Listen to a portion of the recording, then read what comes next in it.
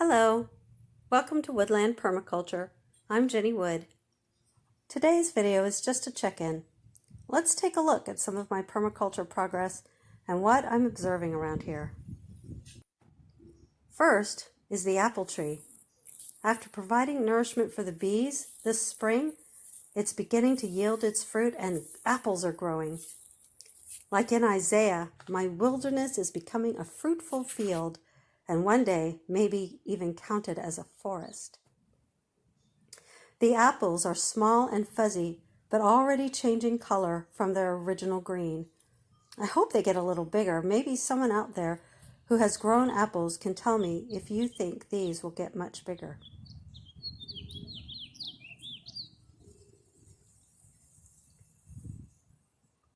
My compost piles are still composting.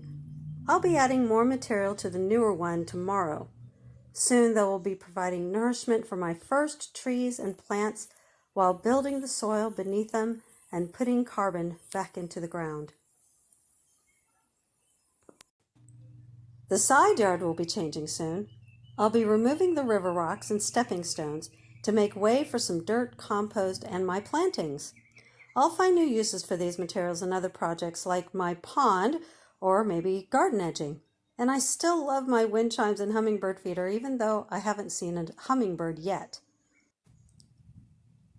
My front yard is eagerly awaiting a big batch of compost and mulch to get it ready for planting. That should be coming fairly soon.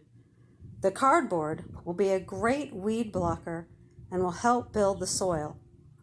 I've sure gotten some questions about this unusual site throughout the neighborhood though.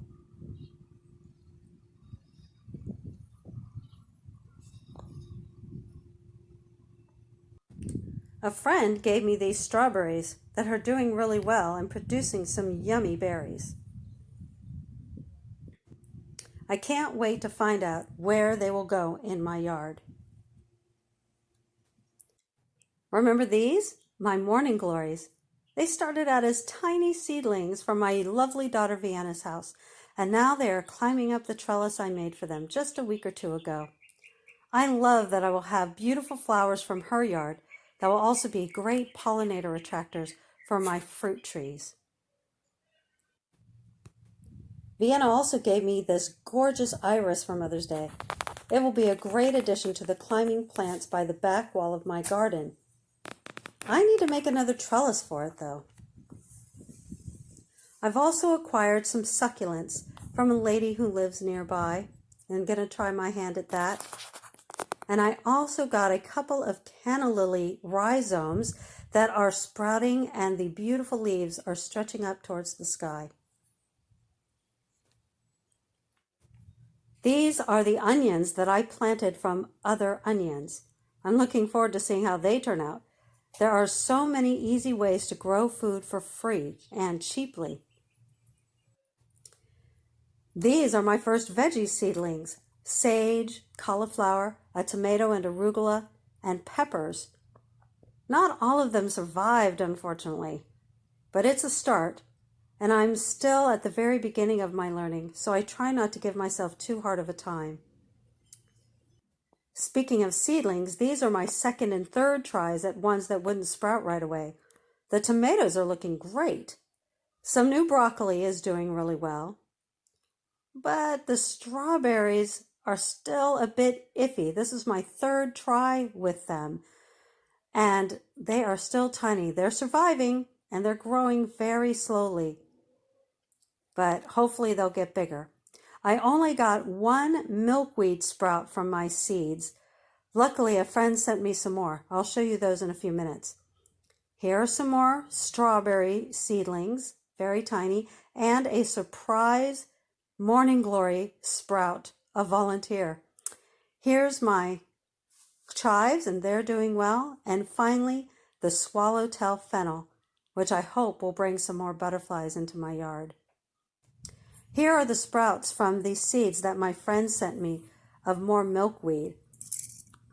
I hope to have monarchs in my yard one day.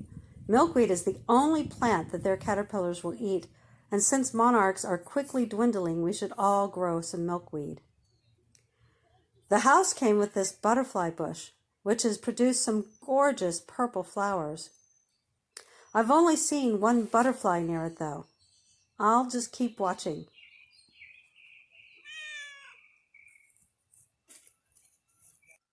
And the previous owners tied it up in a big bundle for some reason. At the end of its season this year, I'm going to cut this off, let it bush out, and then trim it way back so that it can grow more bushy and grow more of these gorgeous purple flowers.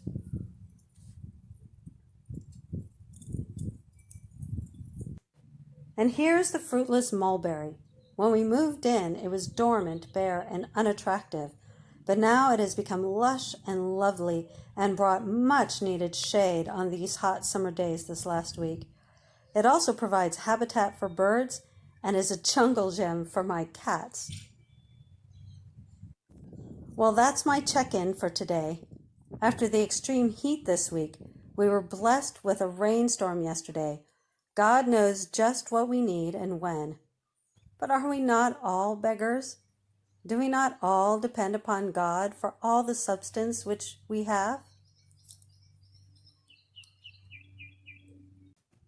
Thank you so much for watching. If you're liking my videos, please click like and maybe subscribe so that you and I can keep learning together. Stay safe and God bless.